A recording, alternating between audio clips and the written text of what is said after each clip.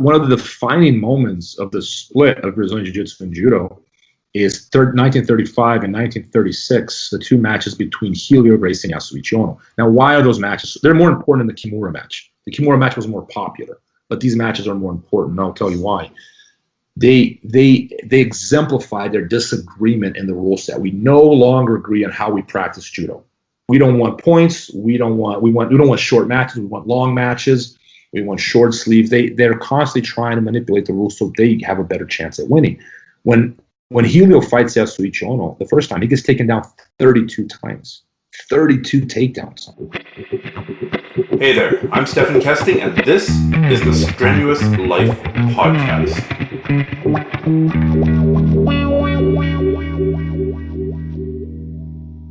Mr. Robert Drysdale, it's fantastic to have you on the podcast again. You are apparently the only other person crazy enough to publish a jiu-jitsu book in 2020. So congratulations on opening the closed guard. Man, I tore through this book in like 2 days, and I was really cramped for time, but I made the time. It's just a fantastic book.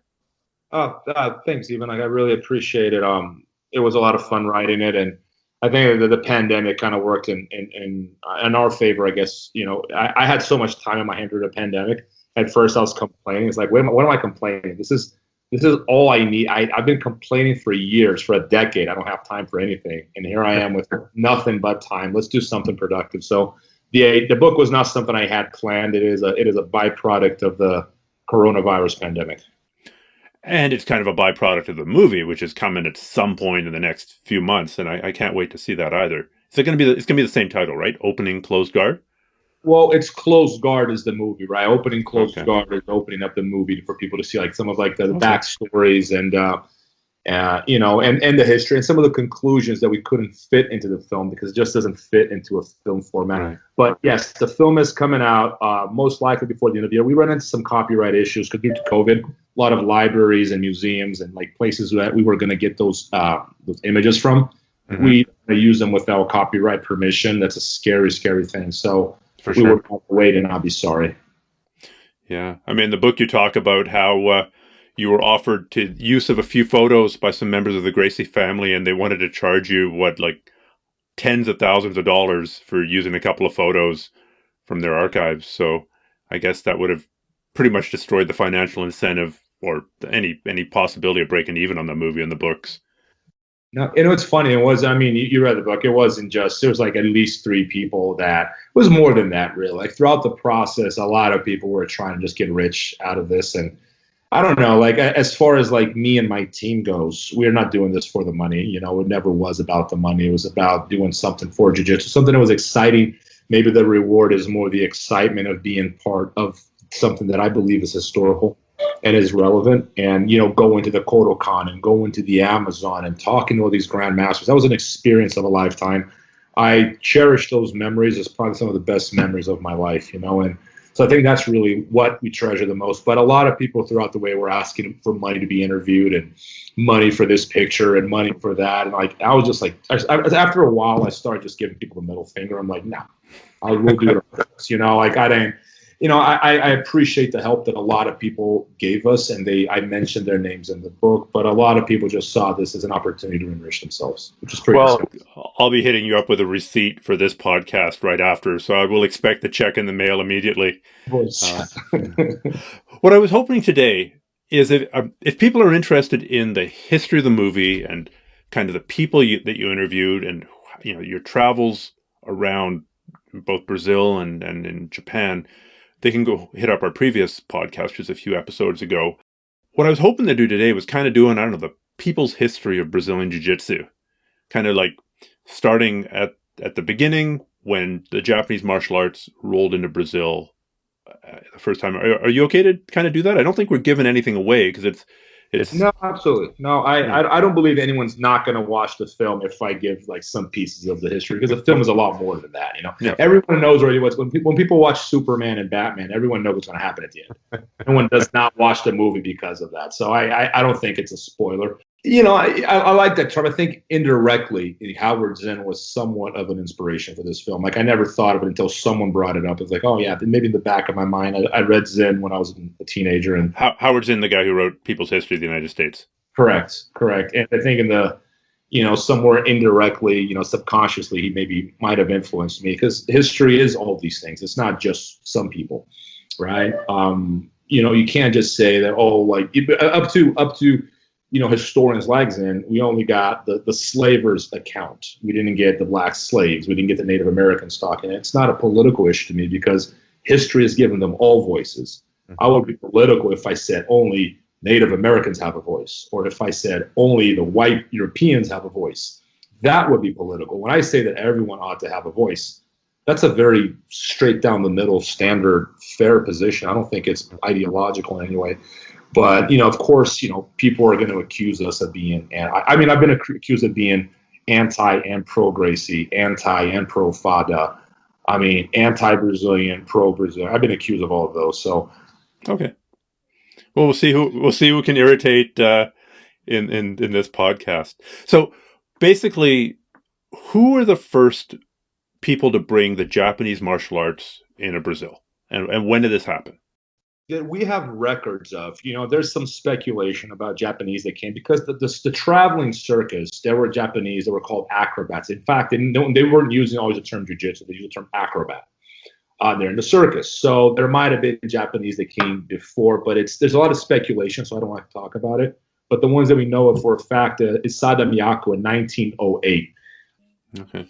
There's some records that he might have been a Kodokan man. It's not clear to me. There's some research to say for sure he was a Kodokan man. It's not clear to me. So more research is necessary to confirm that. But it was clear that he knew what we now call judo / jiu-jitsu. At that time, it's really the same thing. And he is in Brazil in 1908. He landed 1909. He has a fight with Siriaco, which is a capoeira. In the beginning of the book, there's a cartoon about that fight. It's a match between the Japanese representative and the Brazilian capoeira representative. The capoeira actually knocks out the Japanese. So jiu-jitsu makes its debut in Brazil, getting knocked out basically. And that was a huge moment for capoeira, which was called the national fight, right? That's in 1909. He goes on to teach in Brazil. He goes on to have a life in Brazil. Very interesting character, by the way. He allegedly teaches a man called Mario Aleixo. The reason I say allegedly is we can't verify that connection, because it's only Mario Aleixo's testimony saying that he learned jiu-jitsu from Sada Miyako. Because we've never been able to confirm it, we don't know for sure. But that's what Mario Aleixo claimed. What's interesting about Mario Aleixo is that Mario Aleixo is teaching jiu-jitsu in 1913 in Brazil. This is a year before Maeda arrives. When Maeda arrives in 1914, he's in Rio in 1915. Aleixo is going to claim that he also learned jiu-jitsu Maeda in 1915. But it's also so Aleixo is a Brazilian. He's a Brazilian. In fact, Aleixo is a very interesting character. He's very underplayed, but he might have been you don't how some people give Bruce Lee the credit for foreseeing MMA, right? Like, he had a very complete view of combat. Mario Aleixo is very similar. Like, he comes up with a system that he creates where he incorporates savate, capoeira, boxing, Greco-Roman, and jiu-jitsu. He does this early in the 20th century. This is before, the Gracies were even on the map. Like, this is before anyone. So even if it doesn't directly relate, we can't create a link between Mario Aleixo and Brazilian Jiu-Jitsu. What it does show is there was a live and thriving fighting community in Brazil where, well before Maeda, the ball was already rolling. There was already, the circus had fighters from all over the world coming and fighting. And I wouldn't say that Vale Tudo was born yet, neither, what we now call Brazilian Jiu-Jitsu, certainly not. But it does show that there was a fight scene in Brazil that was very much alive. And Mario Aleixo was a pioneer of that movement. Hey guys, I'm just jumping in here for a second to tell you about an experiment that I'm doing. One of my very favorite guards is the single leg X guard. I once spent an entire year working on the single leg X, and I'm very glad I did, because it works with the gi, without the gi, with leg locks, without leg locks. It's a hub position. When I get there, it feels like home. And what I put together is a crash course. And I'm totally willing to give it to you for free. It's a 4-video course covering the basic position, the most important drill that you can do for the single leg X, and the 2 most important sweeps, the 2 most important attacks that you can do from single leg X. If you go to grapplearts.com/SLX course, SLX course, you will get it. I'll give it to you totally for free. You can check it out. I think you're really going to like it. This is some of the very best stuff that took me a long time to learn, and I think I can give it to you in a very condensed, quick course format. So we're in 1914, 1915. Let's just zoom out into the bigger picture. I got two questions. Number one, what are the Japanese doing in Brazil? I mean, I can't think of two more dissimilar cultures, really. And number two, what are the Gracies up to? Are they already in Brazil? What is kind of their social status? What are they up to? What are they doing?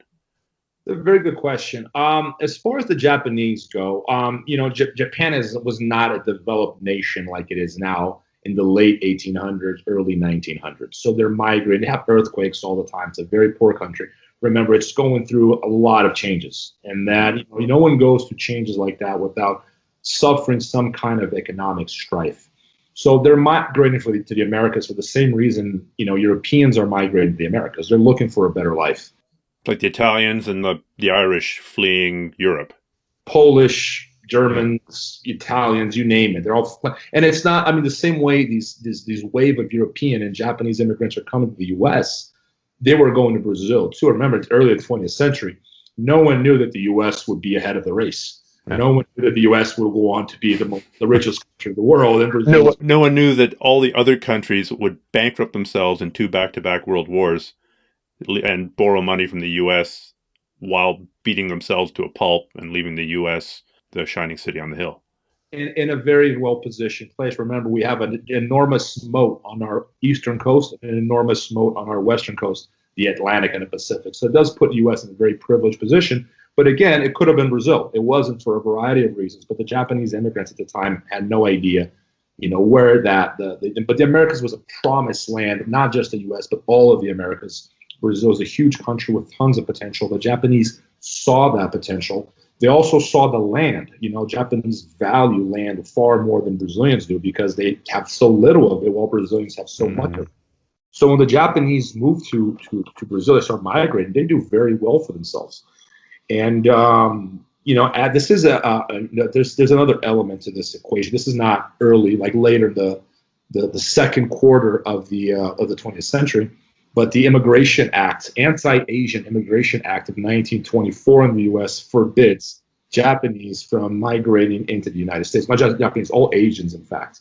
So this is a moment of a lot of racism in the U.S., so the Asians are not allowed. But the Brazilian government welcomes Japanese with open arms. I think they saw the Japanese as an asset to Brazil. So that might have been a factor because, as we all know, Japanese are highly disciplined people with incredible work ethic.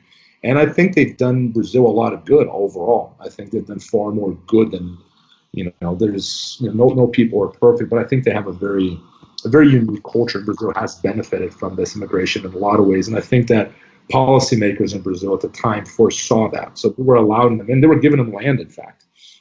So the Japanese felt very welcome in Brazil. And it is a very strange marriage, but they coexisted pretty well. Like you would think that there'd be a lot of, I've never heard of Brazilians saying anything bad about Japanese or vice versa. They coexist very, very harmfully. And it's very strange because they're very distinct people. But that does work out some way. Okay. So at the time, the Gracies came from Scottish stock and were running around Brazil as well? Yes. So I'm less familiar with that older episode of but we know that they are Scottish immigrants. And we never really dug into that aspect of the story. To me, it's less interesting. To me, it was like, where does jiu-jitsu begin? Right. Jiu-jitsu begins for the Gracie family in 1921. That's the first time we have a Gracie family, a member of the Gracie family mentioned in association with jiu-jitsu is 1921. I mean, if they were training before that, we don't know. They may have been, but we don't know. There's nothing. And we've searched the Brazilian National Library up, down, and center. People are still looking for more that confirms, Carlos' relationship with Maeda. When did he start? Where did he rank in the gym as far as him and all the other students? And there's nothing except this one fight in 1921, which I mentioned in the book. It's a match between Donato Pires dos Reis, who's going to be a very important character later on in Brazilian, the history of Brazilian Jiu-Jitsu, and Oscar Gracie.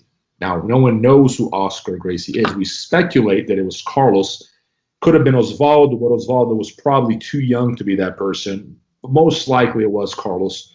And that would have been the first time a Gracie is mentioned in association with Jiu-Jitsu. So this isn't Vale Tudo. This is just like a grappling match. It's a grappling match. We don't know the rules, but they call it Jiu-Jitsu games. So, and you got to remember too, Carlos in 1921, he would have been 19 years old. He was very young. It's not clear exactly when he started training, how much he trained. What is interesting about this article is that it suggests that Jacinto Ferro, who was Mitsyuo Maeda's right-hand guy, was in fact Carlos's teacher. Remember, Maeda is at the event. He's a judge at the event. But the article refers to Jacinto Ferro as his instructor, which is kind of something that a lot of researchers were already suspecting, because it was very clear to anyone who knows anything about this story that Jacinto Ferro was Maeda's right-hand guy. Like, he was his guy. You know, he had other students that are mentioned repeatedly in the Brazilian National Library, but we don't see Carlos. And you got to remember, he was very young, so it's unlikely that he had a prominent role at the academy during those years. Possible, but we haven't found anything, despite the fact that we have found lots of information on Maeda in association with Jacinto Ferro and his 4 other main students. There's even one, or just to give you a scope of their relationship, I think it's very interesting. It's not related to jiu-jitsu, but it is very interesting. They have a competition to see who's a better cook, Maeda or Jacinto Ferro. And it's in the press. It's all over the press. And it turns out that Jacinto Ferro won, and apparently Maeda's food no one wanted to eat. Hometown advantage. Yeah, so and their families are getting together on a Sunday for the competition. So what that suggests to me, it's not just that Jacinto Ferro was Maeda's right-hand guy on the mats. They were friends off the mat. So they had a very close relationship. And what seems to us to be the case is that Maeda passes on the gym to Jacinto Ferro, hands him the keys, and goes work with more profitable endeavors, in this case, Japanese immigration. Okay. So now who is Maeda? What do we know for sure about Maeda? And what's the myth of Maeda? I mean, if I recall correctly, he's like the Japanese champion who's traveling to Japan to promote jiu-jitsu. That's kind of the narrative that a lot of people hear. But what does your research show that Maeda actually was and who he was? So there's some Japanese Kodokan members traveling to the United States early in the 20th century. I want to say 1904, 1905. Sometimes I'm not great with dates, so don't quote me on those dates. But Maeda is an assistant to some of these instructors. One of them is Yamashita, who's a very prominent judoka from the Kodokan. And he's in the United States. Maeda actually, a lot of people don't know this, but Maeda actually owned a gym in Brooklyn, New York, for a little while. Which is interesting. His first gym is actually in New York. I actually have the address. I always like, next time I go to New York, I'm going to go visit and find out where Maeda taught. But this is well before he went to Brazil. We're talking 1905, 1906 here. Don't quote me on the dates. I could remember for sure. Is this the era when Teddy Roosevelt was training jiu-jitsu? Yes. So Teddy Roosevelt was very interested in, they called it the Japanese game or Japanese wrestling. And then they called it judo. They also called it jiu-jitsu. They use these terms all interchangeably. But Roosevelt was very interested in the Japanese art. Later, the Japanese ended up losing some challenges to the wrestlers, so the Japanese kind of lost some momentum there. And I think that deep down, Maeda was an adventurer. Like, he just liked to travel. Remember, like, if we like to travel now, imagine then when the world was a true adventure. Imagine being Marco Polo and going to China when no one even knew that China really existed. You know, it was like, you're going to get on this boat, and 3 months later, if it doesn't sink at sea, you're going to land in this country where nobody speaks your language, and you can't call home, and you can't call mommy and daddy, and they can't fly you out of trouble if there's any problems. And you have no idea what the culture is like. Imagine the cultural shock. Like, this is previous to globalization, man. Like, no one had any idea what to expect on the other side. But given how much Maeda traveled, I think he enjoyed it. I think he enjoyed the spotlight. He enjoyed being at the circus. We spoke to one of the old timers in Belém do Pará, where Maeda died, and there are a lot of talks and rumors that, you know, around town about Maeda. And apparently, he liked to drink, he liked to gamble, he'd lose his mind if he gambled. Everyone loved him. He was very charismatic. He's a bit of a womanizer, and I just love those stories about him because it just paints him in such a. He's not this superhuman, you know, man who's devoted to jiu-jitsu and judo. He's just a normal guy, and he just wanted to travel the world and have fun. You keep on mentioning the circus, and that my point of reference there is kind of the catch wrestling circuit, where, you know, you have guys going around to do fake matches and then occasionally take on people from the crowd, you know, who can last 5 minutes in the ring with Killer Malone, that sort of thing. Is that the same kind of circus when the Japanese were traveling? Here, put on this kimono and I'll come kick your ass? Almost all of Maeda's matches are fake. Okay. And the reason for that is if the public today in the 21st century with the internet can't stand grappling and just watch the UFC too long on the ground, they start booing. There's a reason why the referees stand them back up. It's not because of effectiveness. It's because they're reacting to the crowd. So imagine early in the 20th century what that would have looked like sex to them. Like that people would have not understood what an armbar was. They had zero education. They have no means of educating themselves. This is prior to television and radio. We're talking like 1800s here, early 1900s. So people didn't understand what was happening. So the fights had to be coordinated to make them exciting. So they are associated with acrobats. They're associated with strongmen. One of Maeda's main acts was like a steel bar on his neck and another steel bar on his partner's neck, and they would walk into each other and bend the bar. That was one of they had these acts that had nothing to do with fighting, but people were interested because they were spectacular to an audience that didn't have Netflix or YouTube.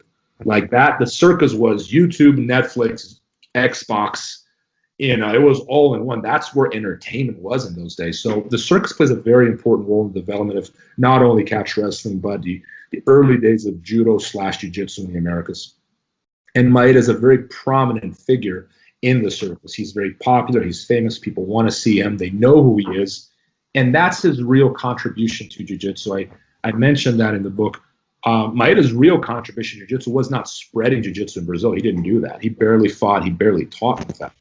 It's really lending his credibility to Brazilians who have any. And it wasn't just Carlos Gracie. It was a number of them. It was very common. Wherever he went, everyone claimed, that's my teacher.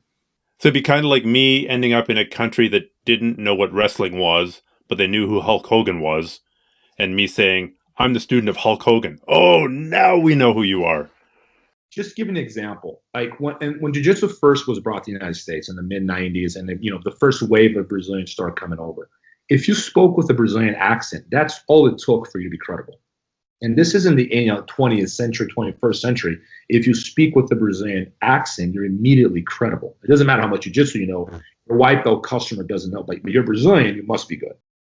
Oh, there were lots of white guys faking Brazilian. I'm of that generation in North America when as soon as you got your purple belt or brown belt, you'd notice the people around you starting to speak in a faux Portuguese accent. It was pretty funny.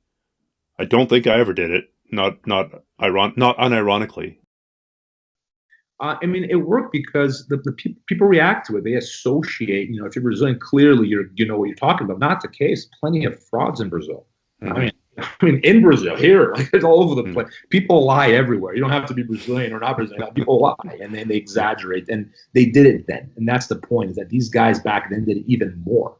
So for Brazilians to have credit of a Japanese martial art in those days, there's no way you could have credit unless you were Japanese. So what do? The closest thing to being credible is actually associating myself with the most famous practitioner amongst the Japanese community, which in this case was Maeda. So every Brazilian who had one class with Maeda claimed to be his student. Okay. So in the 1920s, kind of how many lineages of jiu-jitsu were running around Brazil, and what did they look like? My impression is that from reading your book is it mostly looked like judo. There's a lot of overlap at this time, because the word jiu-jitsu is interesting. In the introduction of the book, I kind of try to draw up that distinction, because there's the pre-Meiji jiu-jitsu was a very generic word. It's kind of like saying martial arts today. It doesn't. Is it taekwondo? Is it judo? What is it? Right? They were all very different. But there's an effort primarily by Jigoro Kano, in the Butoku Kai, to organize martial arts in Japan because they were going to die. And it was a brilliant move on his part to create a space for us to exist, and Jigoro Kano should be thanked for that. But it's the term jiu-jitsu is replaced by the term judo, which is a modern term. Jiu-jitsu is associated with an archaic medieval period, and the Japanese wanted to dissociate themselves with that older period. So Kano jiu-jitsu becomes judo, Kodokan judo, right? But when many Japanese leave Japan and they make it to the Americas, that was not the case. The term judo was very new, and many of the Japanese in Europe and the Americas still use the term jiu-jitsu, which is what they were used to when they left Japan. So they just kept using the term, and the term caught on in the Americas, where jiu-jitsu was just as common as judo. Now, new waves of Japanese immigrants called it judo, but the earlier ones called it jiu-jitsu. I think for tactical reasons, primarily the Gracie family, they stuck with the word jiu-jitsu because they wanted, and this is their great contribution to jiu-jitsu, was carving a space outside of Kodokan judo. And for them to do that, they can't call it judo. How are we going to space outside judo if we're going to call it judo? So we're going to call it what? Well, let's call it jiu-jitsu. Right. Right. And that's the word comes back, even though it's a very archaic word, really. Okay. So in the 1920s, though, how many different groups of Brazilians were doing some form of jiu-jitsu? It's hard to say for sure because a lot of them left no records, right? But we have sporadic records of Japanese immigrants teaching the police. This happens here and there, but it was probably difficult to sell memberships long enough to actually create a lineage, right? So we know that Gio Mori is a very prominent one. He opens his school in São Paulo. I believe he makes it to São Paulo in 1928. He opens a school in 1929. From all accounts, he never really learned how to speak Portuguese. He struggled. He becomes a partner with Carlos Gracie later that year.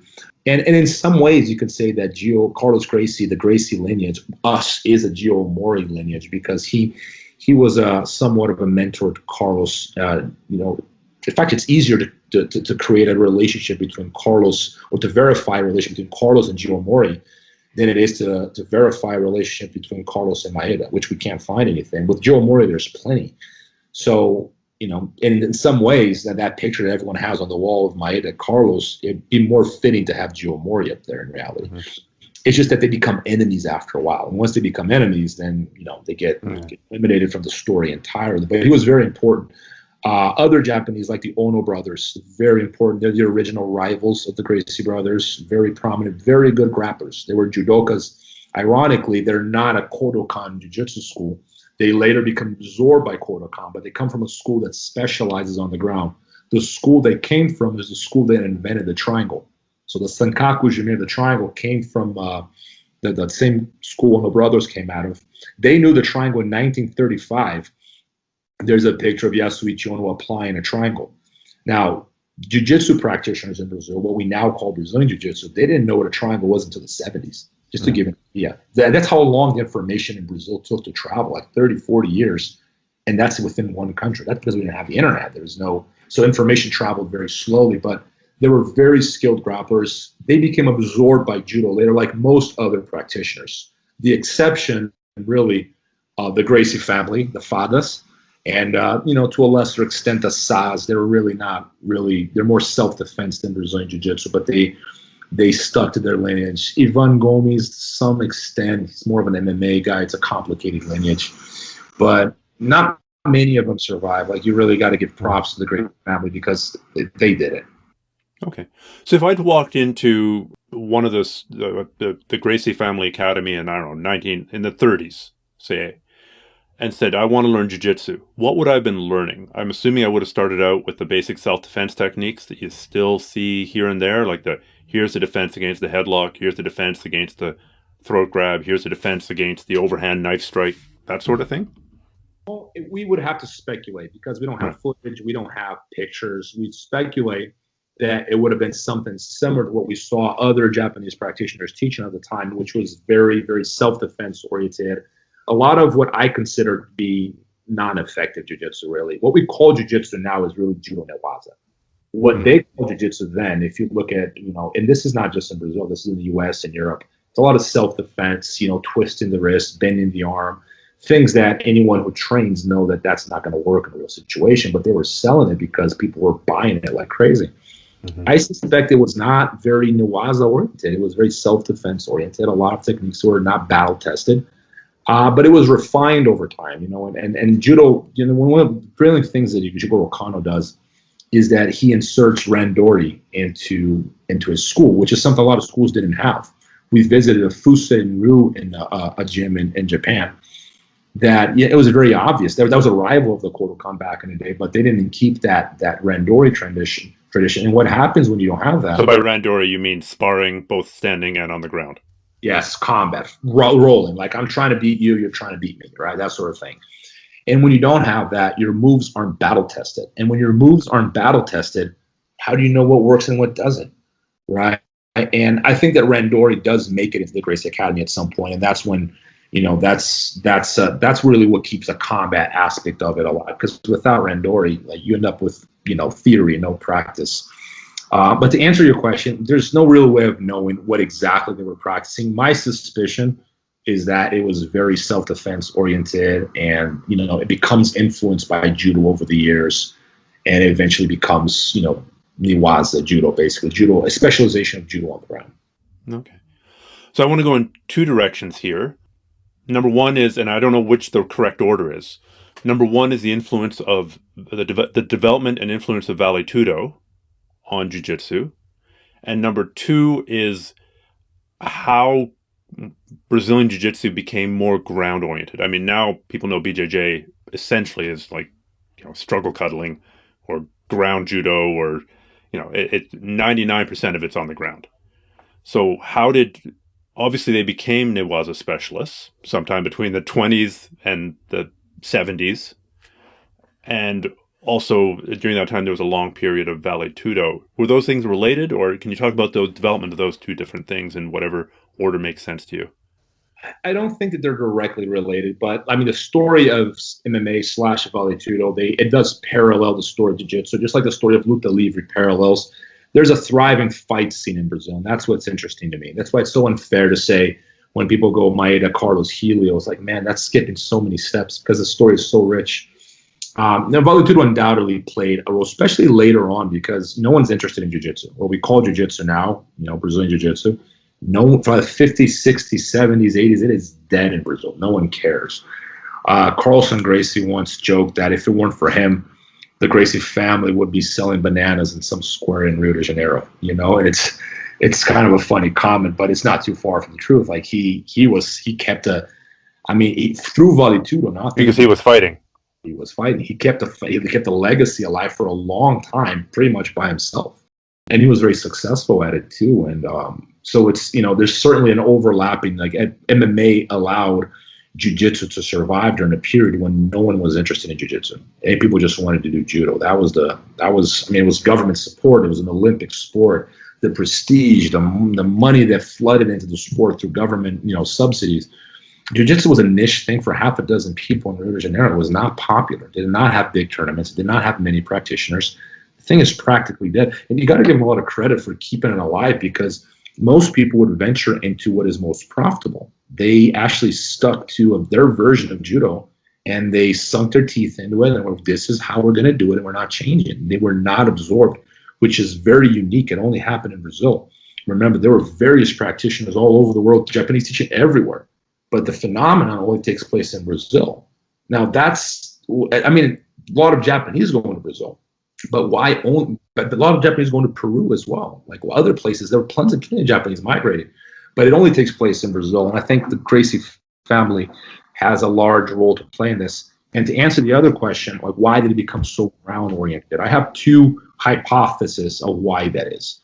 One of them is infrastructure.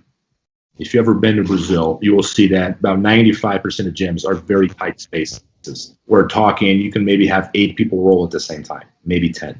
You cannot have a class of 30 people and have everyone roll like you could in judo. Like judo requires space. Wrestling, go to any wrestling, collegiate wrestling, they have the mats are huge. They can have 20, 30 people going at the same time. That doesn't happen in Brazil because jiu-jitsu was always privately owned. And that doesn't mean they were rich. It means that they didn't have government money and didn't have sponsors. So you probably have 20 students, which is not a lot. You can barely afford rent. Your space is small. As a consequence, you start underneath because there's not a lot of room. So that's one hypothesis, is that the tight constraints of the jiu-jitsu forced them to spend more time on the ground. And then as a consequence, they specialized in it. The other one was they couldn't defeat the Japanese standing. I always use this fight as an example because it's a very important fight. Sorry, they couldn't defeat the Japanese standing under judo rules. Correct. Okay. If they fought the Japanese judo rules, they get mauled, like all Brazilians. Like it wasn't even a fight. But if we modify the rules and maybe we remove the points, maybe we remove time limit, maybe we have shorter sleeves instead of long sleeves, and if we can manipulate the rules in our favor, maybe we have a chance at winning. Maybe we can draw. If we draw, we really won because I didn't get tapped. And that's where that whole story comes from. So, the very one of the defining moments of the split of Brazilian Jiu-Jitsu and Judo is 1935 and 1936, the two matches between Helio, Gracie, and Yasuichi Ono. Now, why are those matches? They're more important than the Kimura match. The Kimura match was more popular, but these matches are more important, and I'll tell you why. They exemplify their disagreement in the rule set. We no longer agree on how we practice judo. We don't want points. We don't want short matches. We want long matches. We want short sleeves. They're constantly trying to manipulate the rules so they have a better chance at winning. When Helio fights Yasuichi Ono the first time, he gets taken down 32 times. 32 takedowns. Now, that suggests a few things. Clearly, they had to be getting stood up again. There had to be something in the rule set saying, get back to your feet, because... Or they're going out of bounds and they stand back up, or Helio's trying to stand back up. This suggests to me that Helio's not pulling guard. Because if you're... Granted, the matches were very long. I think they're like 100 minutes long. They're long matches. But... My guess is that Helio was not pulling guard. How do you get taken down 32 times? He's trying to stand up with them. And that's what's so interesting about this, is that they were judokas, but they weren't winning. They were losing the exchanges. At some point, Helio goes, I'm not going to win like this. So the ground is somewhere that they start specializing in, and they have a better shot at defeating the Japanese. Because you got to remember, they're doing this as Brazilians specialize on the ground. Japanese are going the opposite direction. They're doing this right here. And there's a moment there where they meet. But there's a moment there where Japanese, just because of the judo rules, the Olympic rules, they become more stand-up oriented, right? That's Kano's mistake, in my opinion. And they move in different directions. At that point, they become less and less recognizable as a martial art. But if you look at how they were practicing in the 70s, they were very, even at the 70s, I'd say they were still, I call them idiosyncratic judokas. I think that's fair analysis of what they were practicing. It doesn't really change until much, much later. Yeah, one of the points that really stuck with me in your book, and is 100% true, is if you take a look at archival footage of jiu-jitsu matches from the 80s and even the early 90s, there isn't a single technique there that isn't recognizable as judo, right? You can find the parallel to some judo technique somewhere, varies, whether it's the De La Riva guard or the spider guard or the... but then, by the time you're in the late 90s, early 2000s, and you get into 50-50 guard or lapel wrap guards or stuff that for various reasons isn't in judo, whether the judo never evolved it or whether the judo rule set just discourages it so completely, that it really becomes a very different animal. But if you take a look at those old videos, Walid Ismail choked out Royce Gracie with a judo technique. And that's even early. That was what, like 94 or something? No, that would have been 99, I believe. 99? Okay. All right. 98, 99. I just started training. But I think it's a good point. Like, there's not a lot that I think they were very good on the ground. Like, a reporter in Brazil didn't really like that comparison. I was talking to him once, and he goes like, what do you think if a judoka rolled with, one of Carlson's students? I go, well, it depends on the judoka. There's some really good judokas on the ground to this day. Flavio Canto, I've never trained with him, but from all accounts, he taps everyone he trains with, and he's pure judo. There's some animals in judo. No question. I mean, phenomenal athletes. Like, I was speaking to Ratty Ferguson about this, and he was telling me some stories, and I believe him. It's just that they don't spend a lot of time on the ground. It doesn't mean they don't know how to grapple. And they handle it. They train, as is a huge generalization, but a guy who's been to the Olympics for judo has incredible pain tolerance and really has trained as an athlete in a way that, by the accounts that I've heard, the Brazilians almost nationally never really did until reasonably late in their sporting history. I'm trying to remember when the first time was that the Brazilian soccer team actually did conditioning other than playing soccer. But it wasn't until that long ago. Before it was just, we just play soccer. And it's a feature of Brazilian culture to some extent is, it's kind of like, and it works both ways. It's good and bad. It's bad because it's not very organized. It's very chaotic. But there's also that shut up and train kind of mentality. There's these two things that they kind of coexist. And it's becoming more professional. Yeah. I think that, for example, when Rickson was dominating competitions in Brazil in the 80s, early 90s, I believe he was dominating, but he was also probably the only professional athlete at the time. Everyone else had a normal, like Sergio Pena had a normal full-time job when he fought Hickson. It's easy for people to forget these things. There are not a lot of, like today, now we have, blue belts that are professional athletes. They're not getting paid, but they're training like professionals. They don't have a life outside of jiu-jitsu. That didn't happen back then. So it was, in terms of like overall, like you're right, like Joe in the Olympics would have been an athlete from the time he was 8 years old all the way until he won an Olympic gold medal. He was trained he had a staff of coaches, preparing him. So jiu-jitsu just now is starting to like become professional in that sense, just like very organized. I mean, I'm surprised that when you mentioned reasons for jiu-jitsu specializing in the ground that you didn't mention the Vale Tudo, because depending on the rule set of Vale Tudo, if I'm going against a really good capoeira guy, and I'm even a middling jiu-jitsu guy, I'm going to be trying to drag that fight to the ground and keep it on the ground and keep it in my environment. I want no part of that sort of like 2 to 4 foot range where I'm running into spinning wheel kicks. And so you're right. Very like, it's just difficult because these are things we can't verify. Like we can verify when the Gracie Academy was founded. It was in 1930. It was called the Jiu-Jitsu Academy. Donato Pires dos Reis founded. We have a picture. Can't deny it, right? But these things, they become more of interpretation. But you're right. Like I think that Vale Tudo, as these arts are developing, becomes, a strategy. The ground becomes a strategy not only to defeat judokas, but the capoeiras, the boxers, anyone they're fighting. Obviously, you take the fight to the ground. So I think you're absolutely correct. That was without a doubt an element.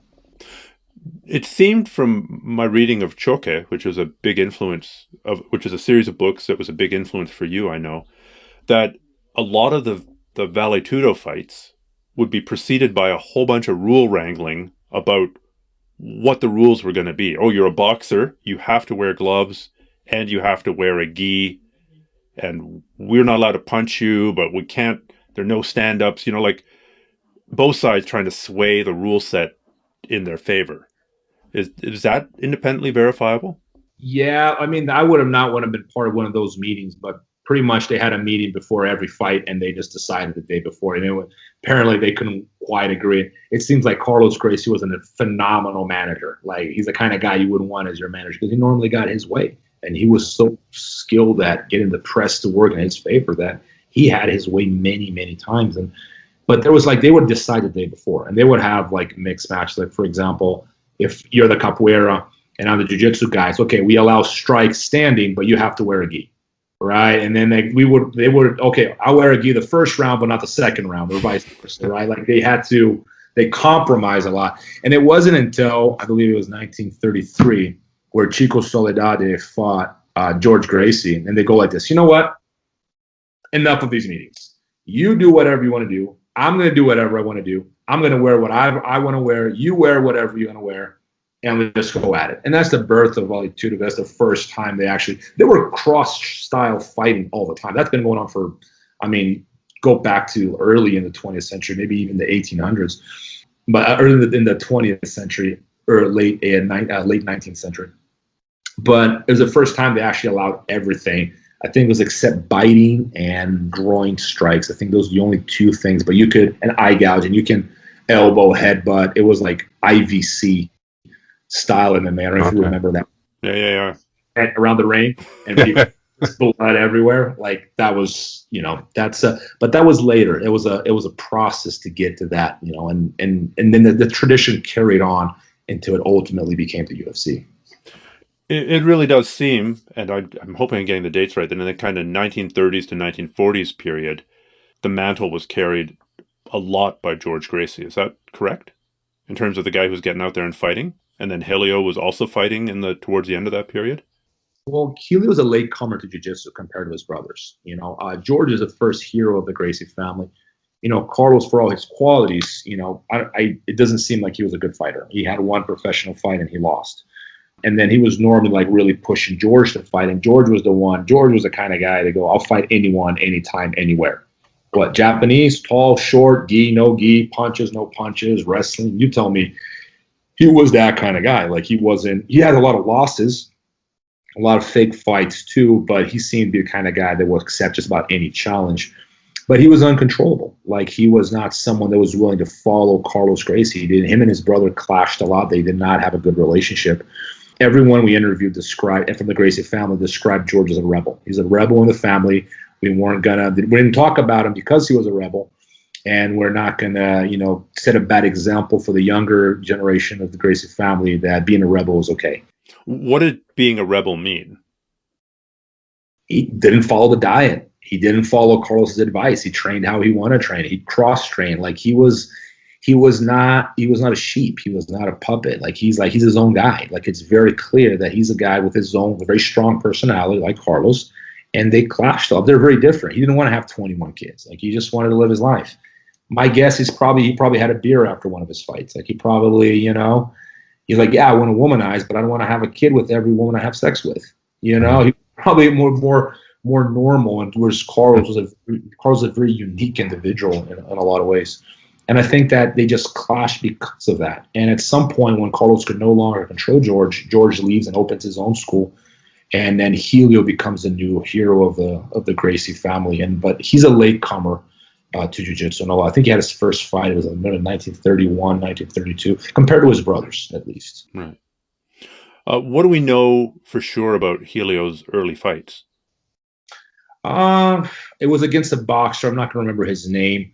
But again, these matches, we can dig through the archives and find out exactly what the rules are. But they were all rules. There was no commission at that time. There were no federation. So the rules were like what we're talking about. Like they're decided the week before. They decide what the rules are going to be. So there's a lot of jiu-jitsu versus boxing, capoeira versus Greco-Roman. Like there was a lot of that going on. Okay. But he's a good athlete. That's part of one of the many myths that we wanted to debunk is that Helio was a weak individual. Like he was a swimmer for an elite team. Botafogo was an elite team in Rio de Janeiro. Like you're not part of that team unless you're a good athlete. And so he switches over from swimming to jiu-jitsu, later. Probably due to Carlos trying to, he saw his brother as a potential athlete. You know what? Why don't you just follow me? And Carlos, I think it was Hobson who described Carlos as almost like a father to Helio, because Helio's a lot younger. You got to remember that. And for a long time, Helio lived with Carlos, and Carlos is really Helio's older brother, but it was almost like a father figure to Helio. Mm-hmm. And so I could see, Carlos convincing Helio, hey man, let's do this jiu-jitsu thing. I think you'll be very successful doing this. And he really kickstarts Helio's career. That's why I always thought it was so unfair of Helio not to give credit to his brother, which he does do early in his career. Early in his career, it's all thanks to Carlos. And then at some point, he starts shifting his narrative. Oh, he never really taught me. I learned watching. Oh, I didn't really learn watching. I invented the whole thing. But I thought that was always something that was somewhat unfair with Carlos. Okay. So you mentioned that jiu-jitsu was in a decline and almost dead for quite a long period of time. Can you talk about that? Like, why do you... And I know we're beginning to get towards the end of your movie, the end of your book, and into the modern era as well. But I kind of want to make this from, 1908 to 2020, an overview. And certainly you've been there with a front row seat for the last 20 years. But what about this period of decline? Why was that? People just weren't interested in learning the self-defense moves? I think that they were outshined by judo. They're desperately trying to market themselves in any way they can. That's where the challenges come from, the dojo storming, the street fighting, like anything they could do to promote. Like imagine knowing that you have a better martial art and that you would beat the guys in combat, but you have nowhere to show it. No one believes you. Like they were just like, man, we know we're better. Like, why don't people just love us? And I think even though they were very, shrewd and using the press in their favor, they had so many episodes of bad PR. Like they assaulted people on the streets, and then there was talk. I never wanted to get into their personal lives, right? Because I think that's unfair. I wanted to talk about what created BJJ. That was always the objective. But if you look into their personal life, it's not always pretty. So I think they had a really bad reputation. They had a lot of enemies, and I think that played a role as well, like in why they had a hard time selling their version of judo. But but they stuck to it, and that's what's so impressive about them is that they stuck to it at a time when no one cared. Like judo it's all about judo, right? And they have their great moment in 1951 with Kimura. That's like the highlight because it's 1930s. It's picking up steam. It dies in the 40s. They have their great moment in 1951, and then it dies again. There's nothing going on. Like we're talking a few. Just give you an idea. I was speaking to Penji Pano, Marcio Cruz, a while ago. We did a podcast. And I always thought that jiu-jitsu was very popular in Rio because I grew up in Sao Paulo, and I know for a fact it wasn't popular. Marcio Penji Pano, who's from Rio de Janeiro, he told me that throughout the 90s, he had never heard of jiu-jitsu until Royce Gracie. That's in Rio de Janeiro. The guy from Rio de Janeiro did not know what jiu-jitsu was. To give you an idea of how niche this was. Like they did not have many practitioners. They did not have big competitions. It was almost dead. So when people saw Carlson Gracie fighting, and I mean certainly he was fighting in that interim. I mean, what did they think when he dragged the fight to the ground? Because I've seen some of the footage, and there was some fairly high level. It's Carlson Gracie. There was high level groundwork going on during that period. Did people go, man, I don't know what's happening on the ground there, but I don't want to learn it? I don't think it was that popular. I think that existed. The fight, there was a crowd for it. Imagine like MMA in the U.S. in the early 2000s. If you saw someone with a tap out T-shirt, you could probably walk up to that person like, "Hey man, where do you train?" Right? And there's a 90% chance that person actually trained. And in 2005, 2010, that's not the case anymore, right? And I think in Brazil, there's something where like some people knew about it, but it wasn't mainstream. They had press. Vale Tudo, fake catch wrestling, like pro wrestling, had its big moment in Brazil too in the 70s, 80s. But like our version of jiu-jitsu, what we now call Brazilian jiu-jitsu, was very much outshone.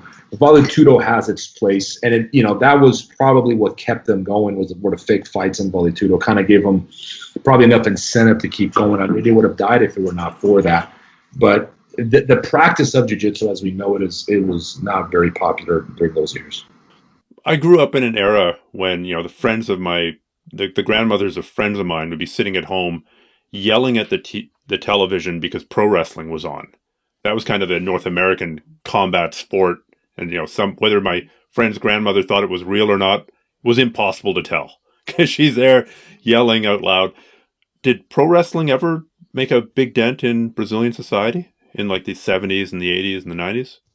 When I was a kid, I remember there was pro wrestling on TV. It was not very popular. Like I'd be one of those things. Your channel surfing, you'd watch 30 seconds and flip the channel. Like I couldn't get into it. Okay. It had a big moment in like I think the 70s, 80s. Like there's a moment there was like a niche and it was on television, but it never like the U.S. I think that Brazil never had like a WWE to actually really blow it up, and make it popular, or like a big TV network to really support. Whatever the reason, it never really took off in Brazil. It existed, but it was never huge. Okay. So in terms of the eventual development of Brazilian Jiu-Jitsu in the format that we know today, what are some of the landmarks that we should be acknowledging between the match that Helio had with Kimura and the early 90s, say the dawn of the UFC? That's a good question.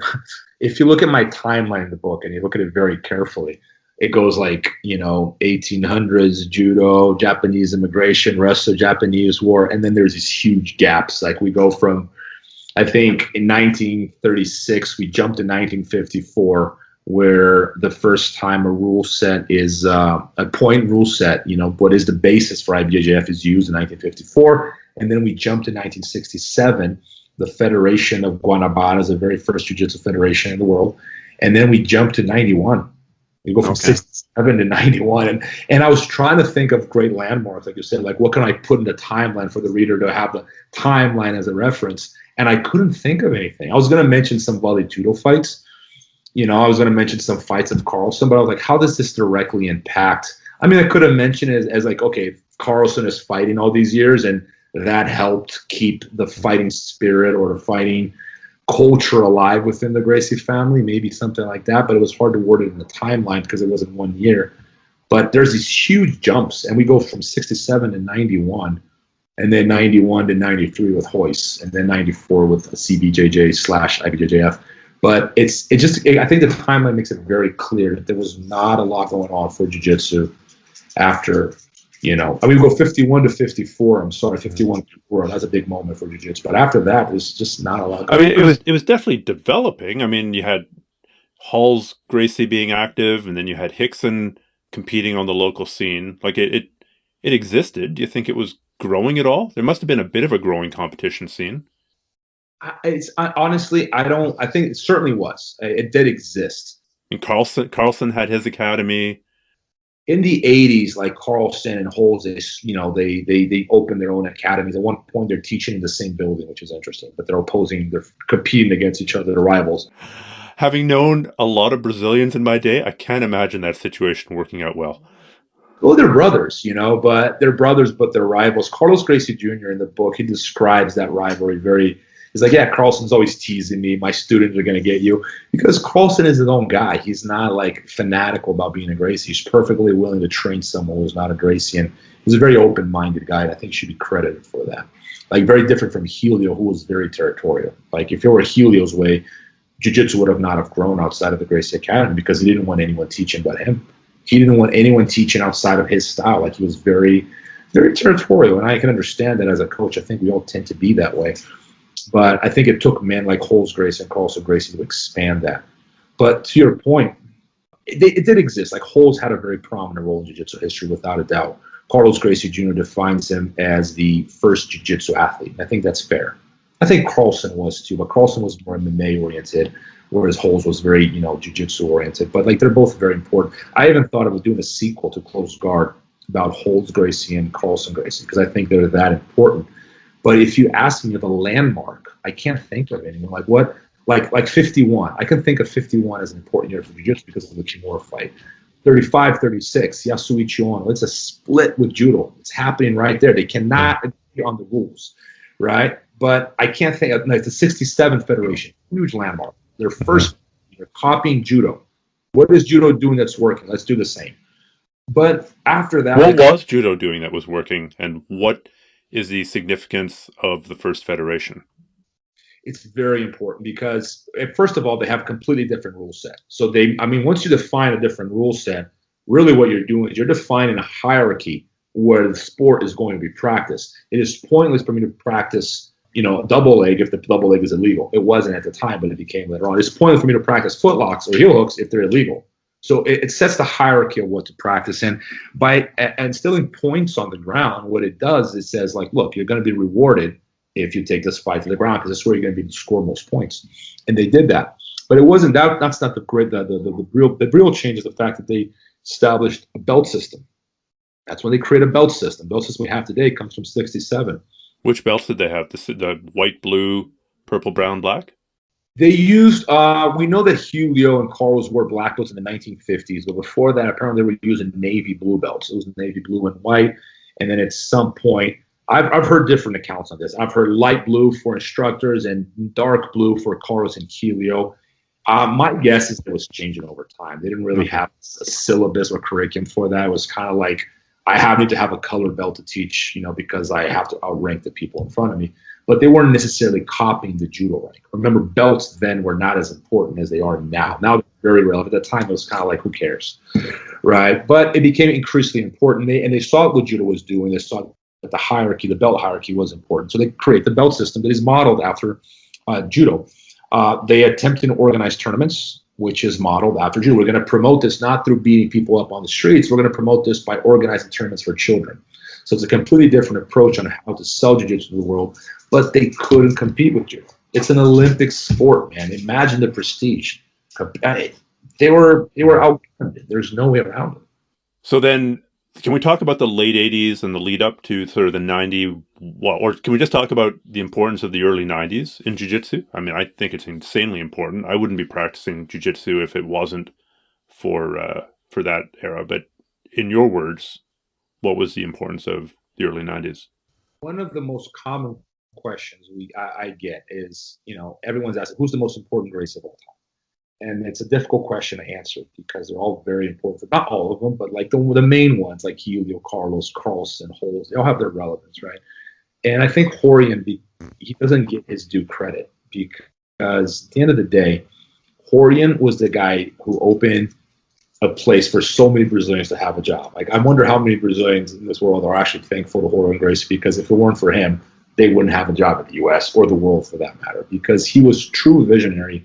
I don't know if he went to Southern California by accident or did he understand that was the modern Rome, that Southern California. If you wanted something to blow up around the world, you had to be in Hollywood. You had to be in Southern California. This is where to this day, I feel like Southern California sort of sets the standard of what fashion is for so many people. What is cool there. You could make an argument that Atlanta is kind of beginning to rival LA area, but I mean, how much has come out of Southern California? It's insane. Skating culture, like the surf culture, like so much of what young people are driven and attracted to comes from Southern California. And I don't know if it was an accident or it was by design, but he went to the right place and he hustled, man. Like this guy was teaching out of a garage. You got to give Horton credit. Yeah. I mean, he's got a horrible reputation, but you got to give the man credit. Like his vision, he got an old recipe, right, which is Vale Tudo. It was like, man, I know that this is how we're going to sell our brand of jiu-jitsu / judo. This is how we're going to do it. And he helps create this thing called the UFC, and it's brilliant. I think that we don't value enough what happened in '93 because we've lived it, right? Unless if you're from our generation, you lived it. If you're younger, you perhaps haven't seen it. But we lived through the second largest revolution in the history of martial arts. The first one was Kano, creating a space for civilians to practice martial arts, which was something unthinkable before. And the second one is, I don't think Bruce Lee was it. I mean, no disrespect to the man, but I don't think Hollywood movies was a great moment for him. It made him popular. It made martial arts very popular and inserted martial arts into the popular psyche. But what Royce Gracie did in '93 it's going to go down in the history books. I think 100 years from now, people are going to remember in '93, '94. It's like, man, that was a turning point right there. '93, UFC '94 with IBJJF. This is what I even mentioned about Carlos Gracie Jr., in my opinion, is more important to the history of jiu-jitsu than his father. And the only reason we don't see that is because he's alive and we see him all the time. So we're like, there's just that guy over there. But I think 100 years from now, when we look back, we're like, man, this is the guy who created a federation who allowed jiu-jitsu to remain unified and spread it around over the world. And this guy who built the jiu-jitsu Kodokan. So I've got I'm one of those people who think that Bruce Lee is incredibly important, but the Royce Gracie win of the first UFCs is just as important and probably more important. So I'm with you there, I think. And I don't want to... Close time. I think Bruce Lee and Hollywood are very important. I kind of put Royce slightly above him, but not by much. Yeah. I mean, you can make the argument that Bruce Lee was the first person to publicly advocate cross-training in the West, and now people just take that for granted. But we're getting distracted from my point, which is actually, we could go on about the importance of the UFC, but you make a huge point about 1994 and the establishment of the Federation. Again, why is it had already been split from judo? So why was the creation of a federation so important? Well, the federation did exist. In fact, that it still exists. Like the Guanabara Federation never really died. It's just that it had the wrong people in charge, I think. Like Carlinhos was the right guy for the job.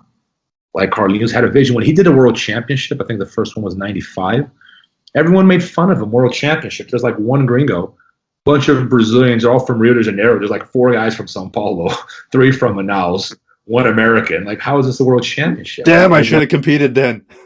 The odds would have been good.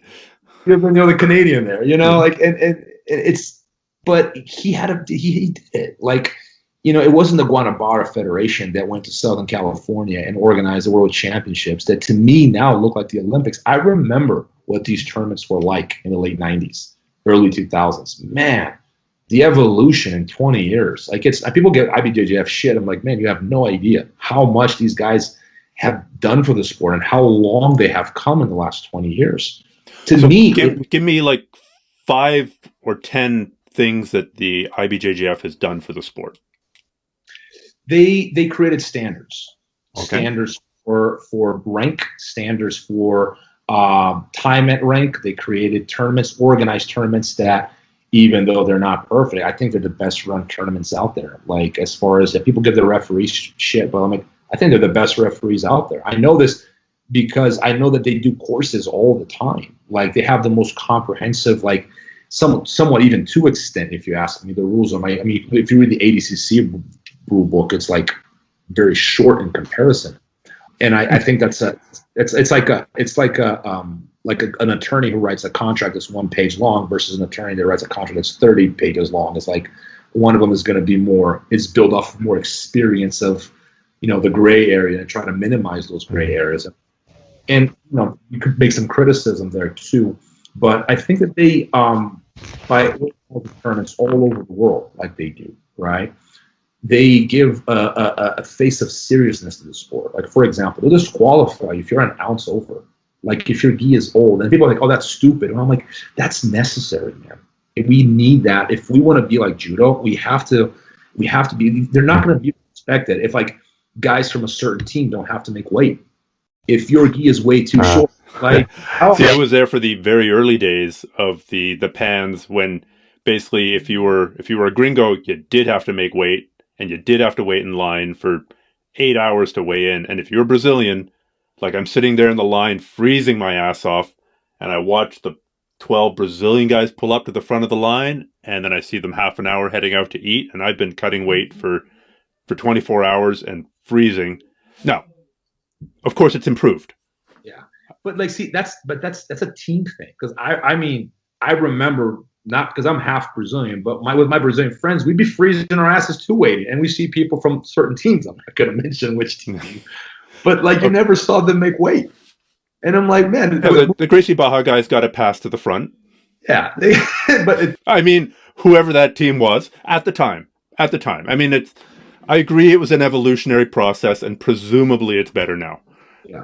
No, it's evolved a lot. Like, I think that, and it's still evolving. At the end of the day, look, if you really think about it, catch wrestling did it before everyone else. Everything we're doing now, catch wrestlers been doing, like, even the heel hooks, like everything, they've been doing it forever. Like, but they never got organized into a federation, like a Kodokan, for example. And I think that at the end of the day, something like that, an organization like that, is important for the sport to become worldly known. It's better to have one not perfect rule set than to have 10 different rule sets, all of which are a little bit better. I mean, the example from firefighting, if we pull up at a house and if I've got the perfect plan and you've got the perfect plan and both would be perfect, but they're opposite plans, it's going to be a giant cluster because we're going to be doing opposite things. But if I've got a pretty good plan, it's not the perfect plan, but it's a pretty good plan, and everyone's kind of on board, things are probably going to work out. Better to have one semi-unified rule set so that you're not going to a tournament and going, is this the one that heel hooks are allowed in? Is this the one where I'm allowed to slam the guy? I'm not allowed to slam the guy? Am I allowed to do neck cranks? I forget. That's me. Like, when my student asks me, coaches, like, why I go to Naga or this tournament, can I do this? Like, sometimes I don't know. Like, shit, man, I can't keep up. There are too many rules. Right? But I think at some point we have to, like, it's, even though, and I used to be far more critical of BJJ in the past. I've become very defensive of them in recent years because I understand now that I feel that if we don't have an organization that organizes and becomes the face of the sport, we're going to splinter into, like, many factions. And because if everyone creates their own rule set, Stephen, what's going to happen is everyone's going to have their own sport. We can't have 30 different rule sets. For us to become the most practiced martial art in the world, and Carlos Gracie Jr. said that, I'm like, man, that's really, I think that's my goal too now. Like, I want jiu-jitsu to be the most practiced martial art in the world because it's done so much for me. So I think that some unity is necessary. So I'm glad that they legalize heel hooks. I think that's probably the greatest thing that they've done in a long, long time. It's like, okay, no more split. Let's all agree. Everything you guys do, we do now, we're doing the same thing. I think that was very important that they did that. I mean, it's not perfect, but in their defense, man, like, the first time I actually sit down with them with, like, reasonable arguments, and I presented, like, this is why I think you should do this, and this is why this is not working, you'd be surprised, man. They listen. Because even the heel hook decision, that's not something they did themselves. They contacted, they contacted, like, many of the head coaches, and they're asking, what do you guys think? It was a collective decision. They were not in favor of it, right? For safety purposes. And because it was overwhelming in favor of legalizing heel hooks, they're going, oh, if everyone wants them, we're going to give it a go. So I think they're more willing to listen. Okay. What do you think the effect of legalizing heel hooks? This is just no-gi competition.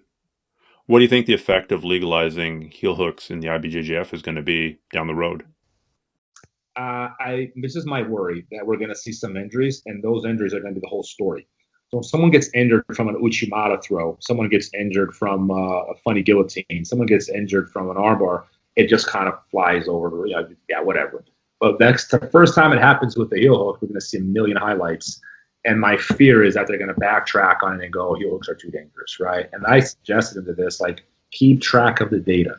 Write down everyone who's getting injured, in what situation, what age bracket, what weight class. Keep track of that. So 5 years from now, you guys can look back and go, this is what's actually happening with that data, versus going, I think this is what's happening. Too many highlights, and the highlights become the whole story, right? I think that what's going to happen is, I think the submission-only movement will be absorbed back into IBJJF. And they splintered off because the heel hook was the carving, the same way Brazilians carved the space outside of judo because the Japanese judoka were neglecting Iwaza. The submission only was doing something very similar, where they're like carving a space outside of jiu-jitsu because of the heel hooks. But now that they absorb the heel hooks into the arsenal, now what do you do that's really different? What I'd like to see, if I was king of jiu-jitsu, I'd like to see reaping allowed at like blue belt, purple belt, so that there's a period of transition. No heel hooks, just straight ankle locks with a reap. Because, I mean, the reap, where you're bringing your leg and entangling the other guy's leg in a certain way, is a lot safer than the actual heel hook. And getting to the leg lock position, whether you're calling it ashigarami, or whether you're calling it the double outside ashi, or whether you're calling it the 411 or double trouble, or whatever you're calling these positions, if you can practice the positions and then just not finish it with a heel hook at white belt, blue belt, purple belt, then by the time you get to brown belt and black belt, you'll at least be conversant with the positions. And then it's the question of adding on the submission, which again changes things, but changes things less than now you're, late purple and, oh my God, I better learn leg locks. I think that's a great suggestion. But here's the thing. If you write that down in a reasonable way and you send that to them, or you sit down with them, I guarantee you they're going to listen. Because it's a reasonable position. What's not reasonable is when people go, trying to think of an example here. Sometimes people just make outlandish claims of I'm trying to think. Like sometimes some of the criticism, people say stuff out of being angry and they're not really thinking it through. It's just there's no point. I'm like, man, you're just angry. But if you have a point and it's a good one, and you do have a good point, that's a great transition. I am in favor of that in the gi. Let's try it. Let's see what happens. I think defending heel hooks in the gi are easier than no gi because I can grab the sleeve. Problem solved. So to me, the whole thing, the gi is more dangerous. I don't see why. It's easier to defend, right? So I'm in favor of attempting these things, baby steps. And I think that allowing the heel hook gi, no gi, brown and black adult is a first step in the right direction. But I do understand where they're coming from. You got to understand one thing too. When the heel hooks were banned, when the Federation of 667 was formed and the rule sets were more or less created, the knee, the technology to reconstruct the knee was not there. So if someone blew your knee with an inverted heel hook, you were a cripple for life. There's no, we're going to rebuild your knee like we can today. There's no such thing. The technology was not there in the 60s, right? So things have changed. So they're more willing to accept. But at the time, I can understand why they would ban it. What is the risk? Okay, winning a match and with a heel hook and this other guy's a cripple now? Yeah. It would be equivalent breaking your neck today. Is something that you just don't want to take that risk. The times I bitched about it, I've never bitched about heel hooks not being legal in the IBJJF. I bitched about reaping being illegal. I mean, yes, I'm sure that there's an example of a reap damaging a knee, but they're far and few between. I mean, there are other, the number of shoulders damaged by kimuras. I competed back in the day when you could reap. I competed back in the day when you could neck rank, and the number of shoulders damaged by kimuras compared to the number of legs damaged by reaps, it's not even a close comparison. One thing that is a common misconception is that submissions are what injured people. All the submissions will injure. From my experience as a coach, as a grappler, I think you will agree with me. I think most people would agree with me here. And this is one of those things we should have data on this to confirm this, so it's not me guessing. But most injuries come from transitions and takedowns. Most of my injuries is me transition. I'm trying to pass that knee cut. That foot gets stuck somewhere. Minor knee tear from trying to pass, or the sweep, you come up in a funny way. The guy sprawls on your neck. You hurt your neck. There are transitions and scrambles and takedowns where people are getting injured. It's not actual arm bars. Yeah. I can't remember the last time I was caught in a submission and that injured me. It would have been over a decade ago. I can't even remember it ever happening. but we're terrified of submissions for some reason if they were the real problem. And that was judo's mistake too. Like, oh, let's ban the wrist lock. Let's ban the foot lock. And like, man, you guys are allowing all these like over the top of the head throws. That's way more dangerous. Yeah. All of my orthopedic surgeries, all of them have come from takedowns. Either being on the receiving end or trying them, or just takedowns gone bad, getting tangled up with another guy, and basically, me at 220, the other guy at 240, just falling together. It's all takedowns. And I think most people are listening. They're going to agree with this. Most people listen. This is one reason why I suspect judokas and wrestlers drill so much. Is because if they went live like we do all the time, they have very short careers. That's why they make up for the fact that like the injury ratio is higher when you go live. They make up for that by drilling a lot. No, 1,000 million billion uchikomi to start out your class. Do you? I'm sure you've been asked this a million times, but I've never asked this question of anybody. Do you ever see jiu-jitsu in the Olympics? Yes, not through IBJJF though. The IBJJF has zero interest in making the Olympics. In fact, I'm split on it. I kind of don't want it. As a businessman, that would hurt me. You're a business owner, you don't want jiu-jitsu in the Olympics. Why is that? Because the second it's an Olympic sport, government money is going to flood into schools, districts all over the world, and kids are going to train it for free. And once people are training it for free, they're never going to pay for it. For sure. Okay, that makes sense because every judo coach that I personally know works a day job. Same with wrestling. Very few, like wrestling, like you get phenomenal wrestlers in the U.S. and they're very bitter towards BJJ, and I can understand that. Yeah, if you're the head coach at OSU or something, you get paid. If you're the head wrestling coach at some small university, you're working a side job. And how many good wrestlers are going to have that job? Whereas BJJ, you can be mediocre, and be successful because there's so much demand for it, right? Like it's everywhere. So I can understand some of the bitterness toward BJJ because this guy's put as much time, if not more, than me on the mats, and here, I am making 10 times more money than he will if he opens a wrestling club, which I don't think he can even stay in business with a wrestling club or a judo club, like in the days. So, but as a lover of the art, as a practitioner who's in love with jiu-jitsu, it would be a dream to be part of the Olympics. I would be super happy for the sport, but I think it will bring you out of retirement. I would, just to say that I was in the Olympics, just probably get my ass whooped, but I do it just to say that I did. But I think that at some point the Olympic Committee, because it's a business, people forget that the Olympics is a business like any other business. They're just after ticket sales, right?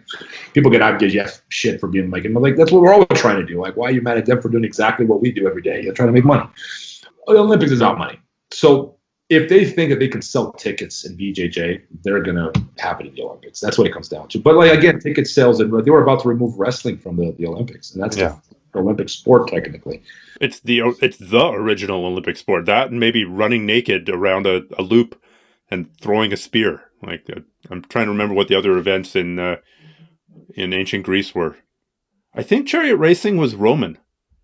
I want to say I might have been, but it just gives you an idea of how they're gonna go where the tickets are, man. They're gonna go where the tickets are.